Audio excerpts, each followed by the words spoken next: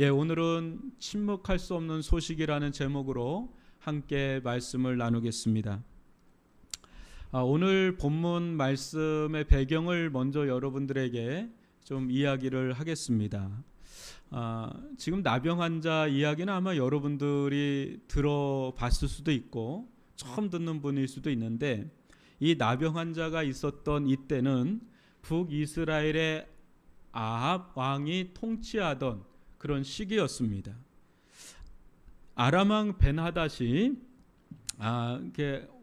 앙숙관계였는데요. 아람 왕국과 북이스라엘은 굉장히 앙숙관계였는데, 이 아람 왕의 벤하닷이 굉장히 강력했던 그때 당시에는 왕이었습니다. 이 벤하닷이 이스라엘을 침략해서 사마리아 성을 포위를 했습니다. 아람 왕국과 이스라엘의 북쪽 국경의 사이에는 굉장히 갈등이 끊임없이 있었던, 마치 지금의 이스라엘과 이란과의 그런 앙숙 관계인 것처럼 이 아람 왕국과 북이스라엘 사이에는 그 끊임없는 이제 이렇게 크고 작은 전쟁들이 좀 있었습니다. 이유는 크게 세 가지였는데요. 첫째는 영토 문제 때문에 그렇습니다. 아무래도 이제 그 사이에 갈릴리라고 하는 지역이 있었는데, 이 지역에 대한 소유권을 전략적으로 점유하고자 하는, 선점하고자 하는 그네들의 정책들이 계속해서 충돌을 했습니다. 영토 문제로. 두 번째는 아무래도 경제 문제입니다. 아람 왕국은 그때 당시 페르시아 또 이집트 이쪽으로 다 이어져 가는, 그런데 무역의 교통로였습니다. 그러다 보니까 이스라엘 편에서는 자신들의 경제적인 이익과 직접적으로 연결이 되고, 또 그런 가운데 계속 충돌을 하기 때문에 갈등이 끊이지 않았던 이유가 또 있었고요. 또 셋째는 외교 문제입니다. 여러분, 지금도 이스라엘과 이란 사이에 사우디나 오만이나 이라크를 통과해야만 됩니다. 상공을.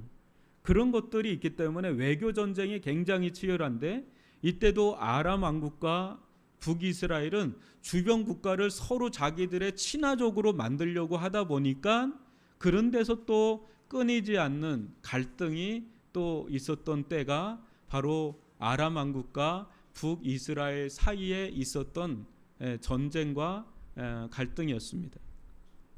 이런 상황에서 강력한 아람 군대가 북이스라엘을 침략했고요. 그때 패배를 하면서 그냥 다 이렇게 이스라엘 군대가 도주하는 그런 일들이 일어났습니다. 그러는 가운데 군사적 대치 상황은 사마리아 성을 에워싸는 것으로 극도로 이어졌고요. 그 사마리아 성을 에워싸면서 이스라엘은 극심한 경제난을 겪게 되었습니다. 특히 이 먹을 양식, 음식이 천정부지로 인플레이션이 되면서 사마리아 성은 엄청난 기근을 겪게 되는, 그냥 아사 직전에 놓이게 되는 그런 상황으로 치닫게 되는 게 오늘 우리가 보는 이 말씀의 배경이 되겠습니다. 그런 가운데 이 절망적인 때에 선지자 엘리사가 예언을 하는데요. 열왕기하 7장 1절 보면, 내일 이맘때에 사마리아 성문에서 고운 밀가루 한 스아를 한 세겔로 매매하고 보리 두 수아를 한 세겔로 매매하리라. 이 말은요, 하늘 높을 줄 모르고 치솟는 이 곡식 가격이 평소의 가격으로 안정이 된다. 그러니까 평소 가격으로 다운된다. 그 얘기하는 겁니다. 여러분 생각해 보십시오. 오늘까지도 천정부지로 올라가던 게 내일 된다고 뭐가 달라지겠습니까? 그런데 엘리사가 내일 이맘때 되면 그냥 평균 가격으로 내려가고 안정될 거다, 이런 예언을 하는 겁니다. 그걸 듣고 있던 옆에 한 장관은 말도 안 된다, 그런 일은 있을 수 없을 것이다, 그렇게 불평을 하고 불신앙적인 이야기를 하는 것으로 이 이전 장면이 이렇게 마무리가 됩니다. 오늘 본문은 이런 상황 속에서 일어난 극적인 이야기를 다루고 있는데요. 그것은 4명의 나병 환자들과 그들이 발견한 뜻밖의 전장의 상황입니다. 첫 번째는 사라진 아람 군대입니다. 사마리아 성문 어귀에 4명의 나병 환자가 굶주림 속에 모여 있었습니다. 그들은 일찍이 여러분 모세 율법에 의하면 나병 환자들은 부정한 자라고 취급을 받아서 성 안에 살 수 있는 자들이 아니라 어디 삽니까? 성 밖에 살아야만 됐습니다. 이들이 이제 성 밖에 사는 정말 어려운 가운데, 여러분 배너라는 영화를 보면 그 나병 환자들만 사는 동굴 같은 데가 있지 않습니까? 마치 그렇게 어렵게 살던 이들이 바로 나병 환자들인데, 지금 사마리아 성 안에 있는 사람들도 아사 직전이라면 그 성 밖에 천덕꾸러기처럼 그렇게 취급을 받던 이 나병 환자들의 삶이란 말할 수가 없는 거죠. 이들은 모여서 이야기를 했습니다. 사마리아 성으로 들어가도 우리는 죽을 것이다. 먹을 것이 없으니까. 거기 들어가도 죽을 것이고 여기 있어도 우리는 죽을 것이다. 여기도 먹을 게 없으니까. 그러면 우리는 어떻게 할까? 여기 있을 거냐 아니면 들어갈 거냐? 여기 있거나 거기 있거나 다 죽는 건 매한가지인데, 그러면 마지막은 길이 하나밖에 없다. 아람 진영으로 들어가서 우리가 항복하자. 그들이 우리를 살려주면 살 것이고 죽이면 어쩔 수 없다. 어차피 죽는 인생 아니냐? 여기서 죽든 사마리아 성에서 죽든 다 죽는 건데 아람 진영에 가서 항복을 해서 그들이 우리를 살려주면 살 것이고 죽이면 그냥 죽을 것이다. 그런 일사각오 정신을 가지고 결단을 내립니다. 여러분 우리들 같았으면 어떨까요? 그냥 그 자리에서 죽을까요? 아니면 사마리아 성으로 갈까요? 아니면 아람 진영으로 갈까요? 근데 이들은 아람 진영 호랑이 굴로 들어갑니다.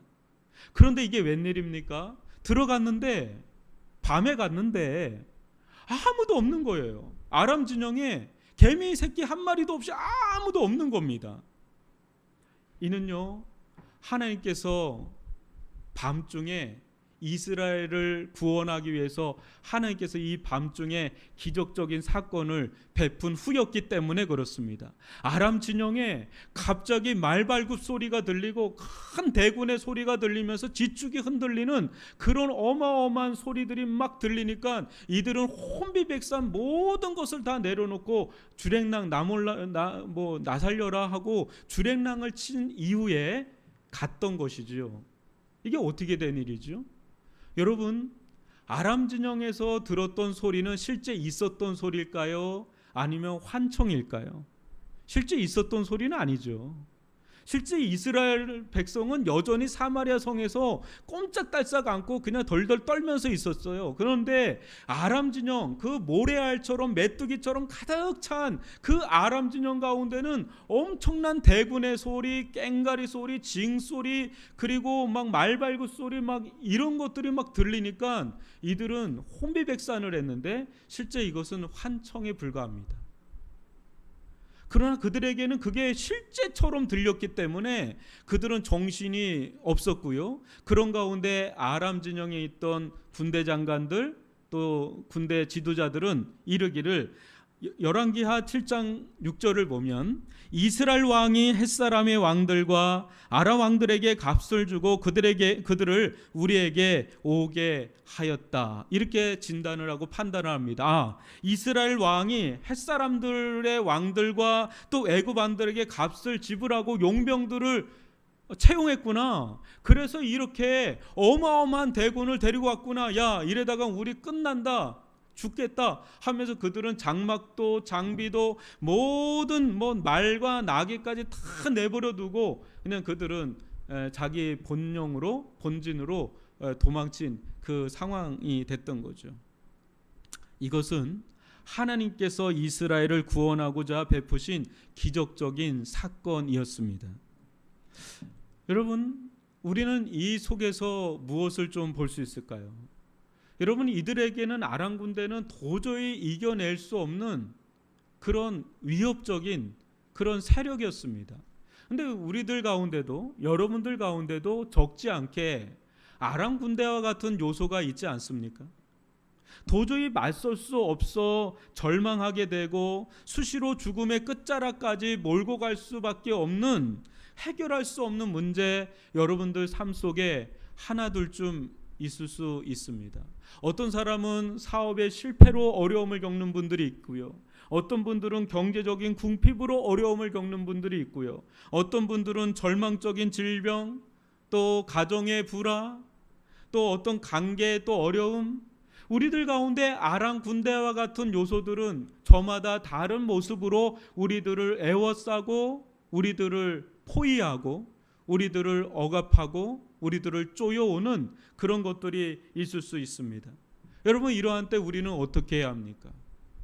도저히 내 힘으로는 해결할 수 없는 이런 상황이 있을 때 우리는 어떻게 해야 됩니까? 하나님의 자녀는 오직 믿음으로 사는 사람들이죠. 절체절명의 위기의 순간에 오히려 우리는 하나님께서 위대한 일을 행하실 것을 기대하시기를 바랍니다. 도저히 내 힘으로는 할 수 없는 그런 상황 속에서 하나님이 부지부식간에, 여러분 이스라엘 백성이나 또 나병 환자가 한 게 있습니까? 그들은 하나님께 엄청나게 부르짖으면서 기도하지도 못했습니다. 그런 힘도 없었습니다. 그런데 하나님은 그저 이스라엘 백성을, 그저 나병 환자를 불쌍히 여기셔서 일방적으로 애굽 아람 군대를 그냥 몰아내는 엄청난 기적의 역사를 행하셨습니다. 여러분, 우리가 볼 때는 이것은 엄청난 기적의 역사지만 하나님께서는 기적의 역사든 평범한 일이든 하나님께는 그게 매 한 가지입니다. 여러분, 하나님께서 기적의 역사를 행하기 위해서 뭔가 엄청난 힘을 더 쓰셔야만 기적의 일이 일어나는 분이 아니십니다. 하나님은 기적 같은 일도 하루아침에도 일으킬 수 있는 분이시고 또 평범한 일도 계속해서 일어날 수 있는 분이시고, 하나님께는 기적이든 또 평범한 일이든 다 매 한 가지이기 때문에 우리는 하나님 안에서 소망을 가지고 하나님께 믿음으로 나아갈 수 있기를 주님의 이름으로 축원합니다. 절망의 방, 굶어 죽을 위기 앞에서도 여러분, 정말 이 나병 환자에게서 우리가 볼 수 있는 것은 그 희망의 끈을 포기할 만하지요. 누구보다 비참한 자고 누구보다 어려움에 처해 있는 가장 그 시대에 가장 죽음의 문턱에 놓여 있는 사람이라고 한다면 나병 환자들일 겁니다. 근데 이 사람들은 끝까지 인생의 소망을, 인생의 희망의 끈을 놓지 않고 그 길이 비록 호랑이 굴과 같은 아랑군대 진영이라 하더라도 하나님을 신뢰하는 믿음을 가지고 또 소망을 가지고 아주 일말의 소망이라도 품고 그들은 자기 인생을 내려놓지 않고 아람 진영에 가서 자기들을 살리면 살 것이고 죽이면 죽일 것이니 일사각오 정신이지만 그 속에는 가느당당한 소망을 품고 희망을 품고 그 호랑이굴 같은 아람 진영으로 들어가는 것을 봅니다. 그런데요, 놀랍게도 그들은 가장 좋은 소식을 가장 먼저 경험하게 되는, 특권을 누리게 되는 놀라운 은혜와 놀라운 능력을 경험하는 그런 사람들이 됩니다. 여러분, 우리들 가운데 어느 때는 너무 절망스러워서, 이 절망의 무게가 너무 무거워서 과연 우리에게는 미래가 있을까? 과연 우리에게는 소망이라는 것이 있을까? 과연 우리에게는 희망이라는 것이 있을까? 과연 우리에게는 이것이 전화의복이 되고 반전이 되는 일이 있을까? 라고 하는 그런 상황이 놓여 있을 때가 있습니다. 그때는 모든 것을 다 손에 힘이 다 빠지고 그냥 자포자기하게 되는 그런 상황이 올 때가 있는데, 여러분, 그때 정신을 똑바로 차리면 호랑이 굴에 들어가도 산다고 하는 우리나라 속담이 있듯이 정신을 똑바로 차리고 나아가면 호랑이 굴에 호랑이가 있는 것이 아니라 하나님의 임재가 강력하게 있었다라는 것을 나병 환자들은 경험하게 된 거죠. 사랑하는 성도 여러분, 우리들 가운데 에워싸고 있는 아람 군대 같은 강력한 요새와 같은 강력한 요소가 다가올 때 오히려 정신을 바짝 차리고 죽으면 죽으리라라는 일사각오의 정신으로 아람 진영으로 오히려 쑥 들어가는 은혜가 있기를 바랍니다. 그곳에 호랑이가 있는 것이 아니라 하나님의 강력한 임재의 손길이 있을 줄 누가 압니까? 그런 믿음을 가지고 사는 자들, 그 자들이 바로 우리들인 줄 믿습니다. 여러분들은 다니엘을 아실 겁니다. 다니엘을 죽이려고 하는 수많은 사람들이 둘러싸여 있을 때 그는 사자굴에 던져지게 맙니다. 그러나 사자굴에 던져졌을 때 사자들은 온순하고 다니엘은 거기서 건짐을 받고 다니엘을 거기에 쳐넣은 자들은 그 집안이 다 멸절이 되는 그런 일들을 우리는 보게 됩니다. 사랑하는 성도 여러분, 우리가 놓여 있는 상황 쉽지는 않습니다. 그러나 어떤 운명 같은 상황에서도 하나님은 기적을 일으킬 수 있는 분이시라는 것을 상기하시고 기억하시고 하나님께 나아가 매달리시고 하나님께 나아가 간구할 수 있기를 주님의 이름으로 축원합니다. 그때 우리들의 삶 속에 하나님은 놀라운 전복의 반전의 역사를 일으키심으로 우리들 가운데 함께 하여 주실 줄 믿습니다. 두 번째 우리가 살펴볼 것은 나병 환자들의 기쁨입니다. 나병 환자들은 아람 진영에 들어갔을 때 아무도 없을 때 그들이 들어간 자리는 그 아람 진영의 끝자락에 있는 작은 장막에 들어갔습니다. 근데 그 장막에 들어가니까 너무나 놀라운 광경이 펼쳐져 있는 거예요. 진수성찬이 있는 겁니다.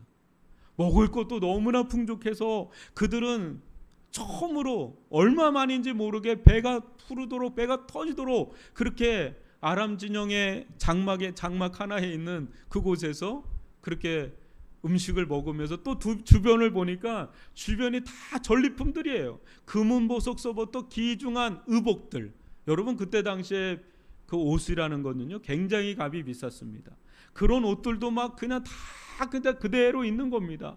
이들은 그걸 다 해가지고 어디다 숨겨놓고 또 옆장막으로 가니 그 옆장막에도 또 엄청난 음식과 또 금은보석과 수많은 쓸거리들 그런 것들이 있을 때 그것들을 막 정신없이 그거를 걷어가지고 또 감추고 다 내 건 겁니다. 다 자기들 것인 것이죠. 그들에게 이 놀라운 상황은 서로의 볼을 꼬집어 보고 싶을 만큼 실감이 나지 않은 의외의 현실이었습니다. 꿈꾸는 것 같았을 것입니다. 굶주림에서 배부름으로 또 꿈에서 또 현실로 죽음의 절망에서 생명의 희망으로 전환되는 이 예기치 못한 반전은 그 누구도 이들도 꿈도 꿔보지 못했던 상황이 그들 앞에 펼쳐져 있는 것이죠. 그들은 마치 비현실적인 세계에 들어온 것 같은 행복감에 그토록 그들에게 두려웠던 그 밤은 환희의 송가로 가득 채워지는 그런 밤이 되었다는 것을 우리는 보게 되는데요. 여러분 예수 그리스도를 믿으며 사는 것은 어떻습니까? 연속의 간증 아닙니까? 믿으면 믿을수록 더 많은 증거들을 주시기에 인생의 벼랑 끝에 서 있는 절망의 밤에도 우리의 믿음은 두려움에 굴복당하지 않습니다. 오히려 기대하던 하나님의 역사가 이루어지는 것을 보면 절망의 한숨이 기쁨의 함성으로 바뀌죠. 이제껏 살아온 인생의 날들을 한번 여러분 뒤돌아보시기 바랍니다. 예수님을 만나고 여러분들 가운데 얼마나 가슴 벅찬 은혜를 경험했고 또 기쁨을 경험했고 세상에서는 줄 수 없는 맛볼 수 없는 그 은혜와 기쁨과 생명을 얻으면서 또 여러분들 인생 가운데 하나님께서 이제는 본격적으로 아버지가 되셔서 개입하시고 역사하시고 또 순간순간 돌봐주시는 그런 은혜들을 여러분 뒤돌아보면 새록새록 기억이 나실 겁니다. 저는 아직도 기억나는 저희 인생 가운데 장면이 하나가 있는데요. 제가 운전면허증을 딴 지 뭐 한 주, 두 주밖에 안 됐는데 그때 목사님께서 굉장히 홍수가 심하게 난 지역이 있었어요.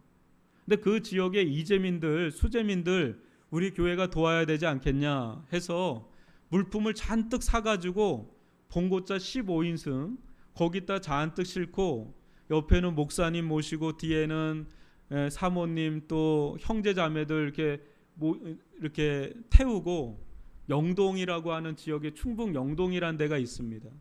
거기로 이렇게 가는데 저는 운전한 지가 얼마 안 됐습니다. 근데 목사님이 갑자기 고속도로로 올라타라고 그럽니다. 고속도로 여러분 타봤죠? 처음 운전하는 사람에게 고속도로는 굉장히 무서운데 할 수 있다는 거예요, 자꾸. 그래서 탔습니다. 타가지고 이렇게 가는데 거기까지는 괜찮았는데 이제 톨게이트를 지날 때 제가 길을 잘못 들어섰습니다.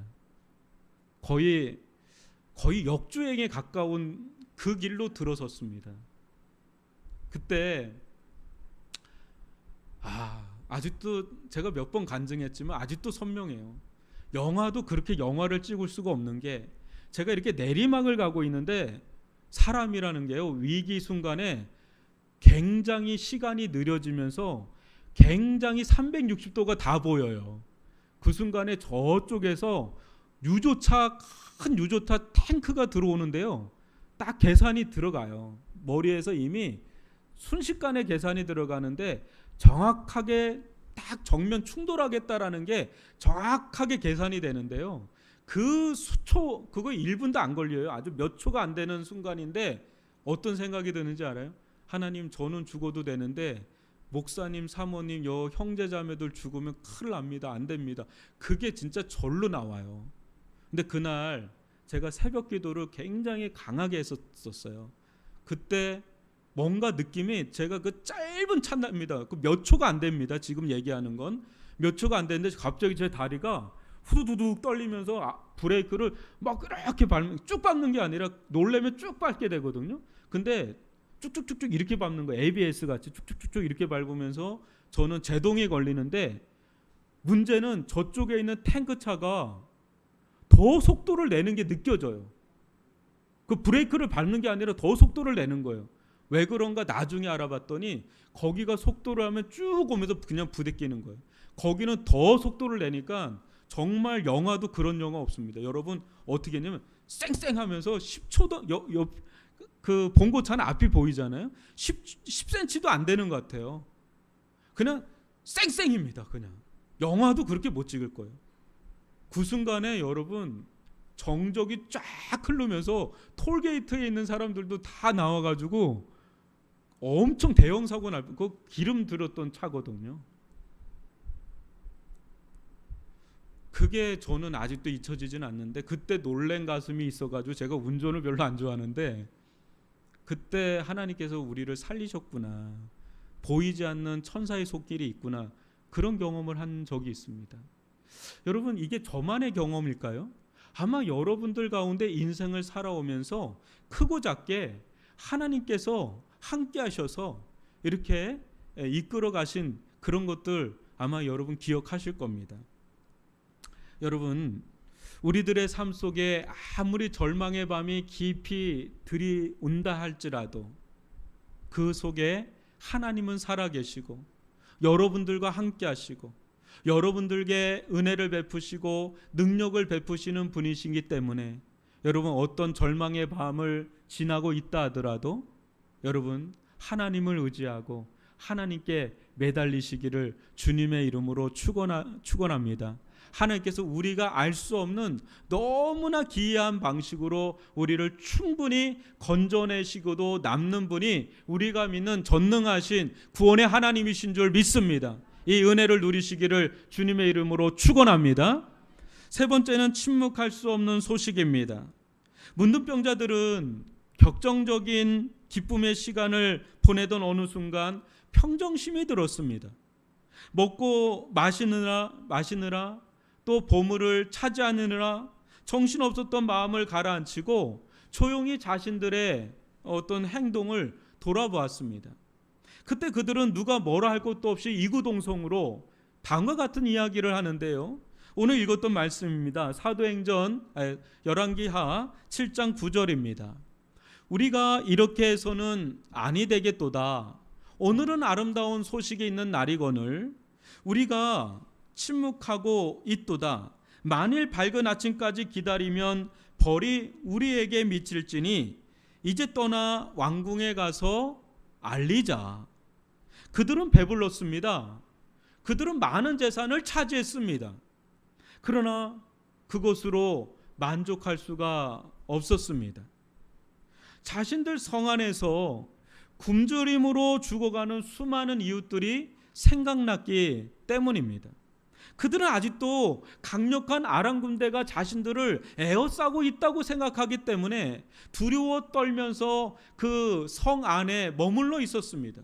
성 안에 머물러 있으면서 그들은 죽음의 위협을 받으며 또 아사의 위협을 받으며 두려움과 공포 가운데 그들은 있었습니다. 이때 이 기쁜 소식을 제일 먼저 발견한 나병 환자들은 자신들의 행동을 양심에 비춰봤던 거죠. 그때 자신들이 지금 매우 잘못하고 있다라고 결론을 짓게 되었습니다. 빨리 성으로 들어가서 이 기쁜 소식을, 이 아름다운 소식을 전하지 않으면 아니 되겠다라고 하는 결정을 하고, 그들은 이 일은 너무나 마땅한 일이기 때문에 그러지 않으면 자신들을 하나님께서 벌을 내리실 거다라고 하는 그런 의식 속에 그들은 얼른 사마리아 성, 자기들이 살던 성으로 다름박질을 하면서 나아갔습니다. 그때 그네들이 봤던 광경은 너무나 참혹하게 이루 말할 수 없는 죽음 속에, 공포 속에, 또 아사의 위협 속에 놓여있는 그들에게 그들은 이야기했습니다. 아람 군대가 다 떠났다. 아람 진영에 아무도 없다. 와봐라, 우리가 금방 거기서 갔다 왔다.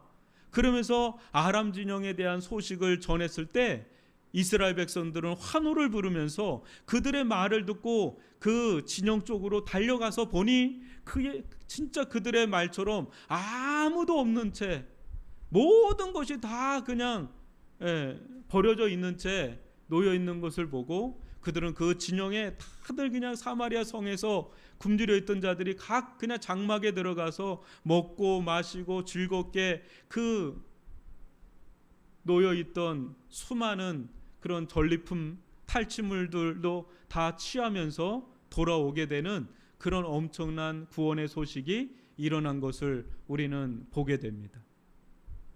사랑하는 성도 여러분, 생각해 볼까요? 만약 그 4명의 나병 환자가 이 기쁜 소식을 사마리아 성 사람들에게 전해주지 않았더라면, 여러분, 사마리아 성 안에 있는 수많은 사람들은 어떻게 됐을까요? 끔찍한 거죠. 우리도 한때 이 세상에서 인생의 목적도 모르고 방황하던 죄인들 아니었습니까? 천국과 지옥도 모르고 제 고집대로 살다 죽을 이 세상이 얼마나 더러운지도 모른 채 하나님이 아닌 헛된 것을 그렇게 찾으며 방황하던 자들 아니었습니까? 그러던 어느 날 누군가가 우리에게 다가와서 생명의 복음을, 예수의 복음을 전해 주었습니다. 하나님이 세상을 창조하신 것과 내가 인간으로 지음받은 것과 또 죄 때문에 비참해진 세상을 위해 예수 그리스도를 구세주로 보내주신 것과 그 예수 그리스도께서 십자가에서 흘리신 보배로운 피로 나를 구원하신 그 놀라운 소식을 누군가 나에게 전해 주었습니다. 그때 비로소 우리는 모든 만물의 근원이 어디에서부터 온 것인지도 깨닫게 되었고, 또 모든 세계가 누구에 의해서 움직이고 있는 것도 알게 되었고, 또 마지막은 어떻게 종말을 맞이하게 될 것인지도 깨닫게 되는 그런 은혜를 누리게 되었습니다. 그리하여 어둠으로 캄캄했던 우리 인생에 찬란한 빛이 들어오기 시작했고, 이로써 하나님의 뜻대로 사는 것이 인생의 본분이고 행복이라는 것도, 또 하나님의 사랑받는 자녀가 되었다는 것도, 하나님의 놀라운 사랑, 용서의 사랑을 받은 것도, 거듭나 새 생명을 얻은 것도 우리는 알게 되었습니다. 예수 그리스도를 처음 만났을 때를 여러분 생각해 보십시오. 그분과 처음으로 연애하던 시절을 되돌아 보십시오. 우리는 말할 수 없이 행복했고요. 그리스도 예수의 품 안에서 모든 신령한 은혜들을 누리며 하늘 자원을 누리고 있었습니다.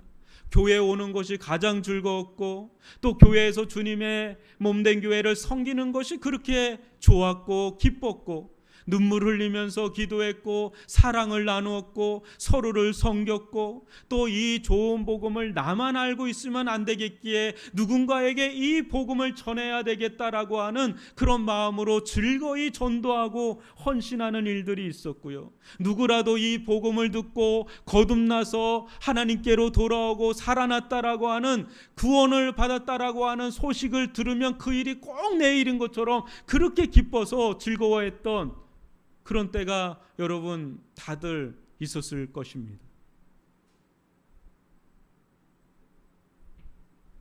그런가 동시에 우리 인생 가운데 예수를 믿었지만은 시련과 고난, 역경과 환난이 왜 없겠습니까? 남들이 안 걸리는 병도 걸릴 수가 있고 남들이 안 당하는 사건도 사고도 또 우리에게도 똑같이 일어날 수가 있고 소갈이하고 힘든 일들 다 우리들 가운데도 다 있습니다. 예수를 믿으면 그런 일이 없다? 아니에요. 여러분 예수를 믿어도 어려운 일 당하고요. 힘든 일도 있고요. 도저히 이해할 수 없는 예기치 않는 일들 얼마든지 일어날 수가 있습니다. 그러나 예수를 믿고 난 뒤에 다른 것은 무엇이냐면 그런 가운데 우리들 안에 믿음이 있다는 거예요. 우리들 안에 소망이 있다는 거예요. 우리들 안에 궁극적인 어두움은 사라지고 그런 속에서 하나님께 부르짖게 되고 하나님을 찾게 되고 하나님을 의지하게 되면서 그 속에서 하나님께서 기가 막히게 우리 인생 가운데 들어오셔서 개입하셔서 역사하시고 우리를 건져내시고 우리를 붙드시고 기가 막힌 웅덩이에서 우리를 일으켜 세우는 것들을 경험하면서 우리는 그 위기 속에서 오히려 하나님을 깊이 만나면서 하나님께 영광을 돌리고 찬양하고 하나님을 더 굳게 믿게 되는 믿음의 사람으로 빚어지지 않았습니까? 정말 예수를 믿는 게 너무나 행복한 거죠. 물론 우리들 가운데 눈물도 있고 슬픔도 있지만은 우리들의 마음의 깊은 영혼, 여러분들의 영혼의 깊은 곳 가운데는 소망이 있고 기쁨이 있고 은혜가 있는 줄 믿습니다. 그래서 그 여러분들 안에 있는 하나님 나라를 향한 소망 또 하나님을 향한 믿음은 도저히 어떤 것으로도 꺾이지 않는 강인한 믿음인 줄 믿습니다. 소망인 줄 믿습니다. 저는 참 이 목회를 하면서 많은 분들을 주님 품에 보내드리는 그런 일들을 많이 했습니다. 장례를 정말 많이 치르게 됐고요. 임종에 있는 분들을 많이 보게 되었습니다. 근데 그분들 여러분 아직도 저는 기억나는 분이 있습니다. 얼굴이 시커매요. 집사님 왜 이렇게 얼굴이 어두우세요? 했더니 목사님 간암입니다. 그래 남자분이에요. 근데 이분이 모든 치료를 거부하고 자연적인 것으로 하면서 오직 하나님을 찾는데요. 그 얼굴의 미소는 아직도 잊을 수가 없어요. 그분이 깨어졌던 가정을 다 회복하고 자녀들과의 관계도 다 회복을 하면서 정말 믿음이 굉장히 좋아졌습니다. 그런 가운데 자기 죽음이 가까이 왔을 때 그분이 저한테 뭐라고 그러신지 아십니까? 목사님 걱정하지 마세요. 그렇게 슬퍼하지 마세요.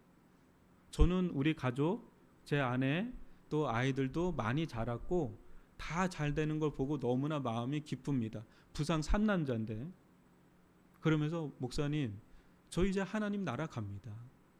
저 살려고 했던 벌써 수술하고 그랬을 겁니다. 근데 저 마음에 깊이 받아들였기 때문에 저 걱정하지 않아요. 그러면서 아주 평안하게 죽음을 맞이하는 그런 집사님이 아직도 기억이 납니다.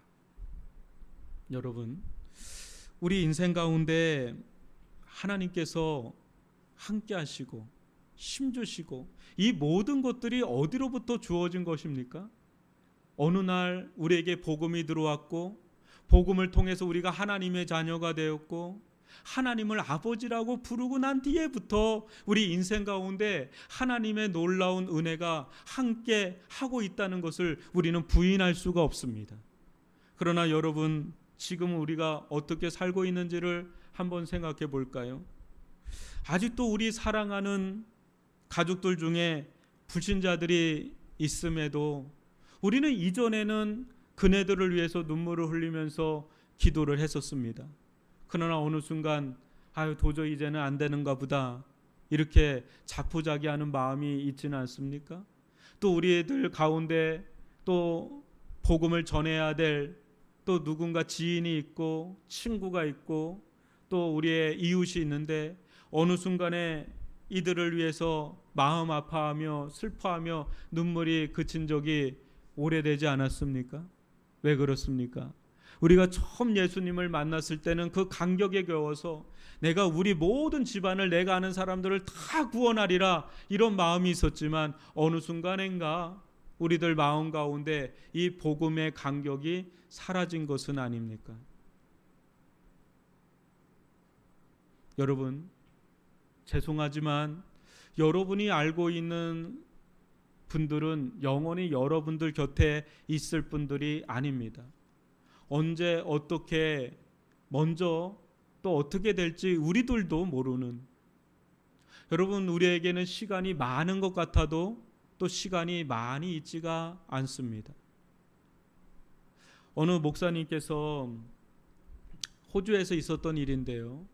어느 목사님께서 은퇴를 하시고 호주 전국 방방곡곡을 여행을 다니면서 전도지를 나눠줬습니다. 그 전도지라 함은 복음을 담고 있는 전도지였습니다. 70만 장을 준비해서 호주 전역을 돌아다니면서 만나는 사람마다 그 전도지를 나눠줬습니다. 여러분 이 전도지 나눠준들 무슨 일이 일어나겠습니까? 어떤 통계를 이해하면 교회에서 나눠주는 전도 용품들이 있습니다. 우리 교회는 물티슈도 나눠주고 그러는데 10만 장당 한 명이 돌아올까 말까라고 하는 통계가 있다 그래요. 그러니까 70만 장 보낸들 7명 될까 말까인 게 그런 겁니다. 그러던 어느 날 목사님 댁에 어떤 20대 여성이 배낭을 메고 찾아온 겁니다. 여기 누구누구 목사님 댁 아니십니까? 목사님을 만날 수 있습니까? 하고 찾아온 겁니다. 그때 아드님이 문을 열고 나와서 우리 아버지요. 우리 아버지 실은 몇 달 전에 돌아가셨습니다. 소천하셨습니다. 하니까 이 여성이 그냥 그 자리에서 털썩 주저앉고 엉엉 울더래요. 왜 그러냐고 하니까 자기는 완전히 그냥 무신론자였는데 어느 날 누군가가 자기에게 길거리에서 만났는데 전도지 하나를 주더라. 근데 그 전도지를 버리지 않고 집에 갖고 왔다가 무심코 봤는데 그날 하나님께서 역사를 한 거예요. 성령께서 역사를 한 거예요. 거기서 예수님을 영접한 겁니다.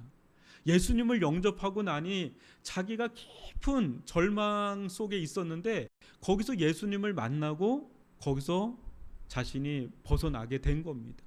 그게 너무나 감사해서 너무나 기뻐서 이 좋은 예수님을 소개해준 그 목사님을 만나서 감사 인사라도 하고 싶은 마음에 수천 킬로를 그냥 배낭을 메고 찾아온 거예요. 그런데 그 목사님은 지금 그 자리에 없다고 하니까 그 죄송한 마음에 감사한 마음에 털썩 주저앉아서 울었다라고 하는 일화가 있습니다. 여러분 사람들이 볼 때는 그 목사님의 행동이 얼마나 보잘것없고 얼마나 어리석어 보였겠어요. 그거 한들 무슨 일이 일어나겠는가? 그러나 하나님은 우리의 전도에 미련한 것을 통해서 하나님은 구원하시기를 기뻐하시는 줄 믿습니다.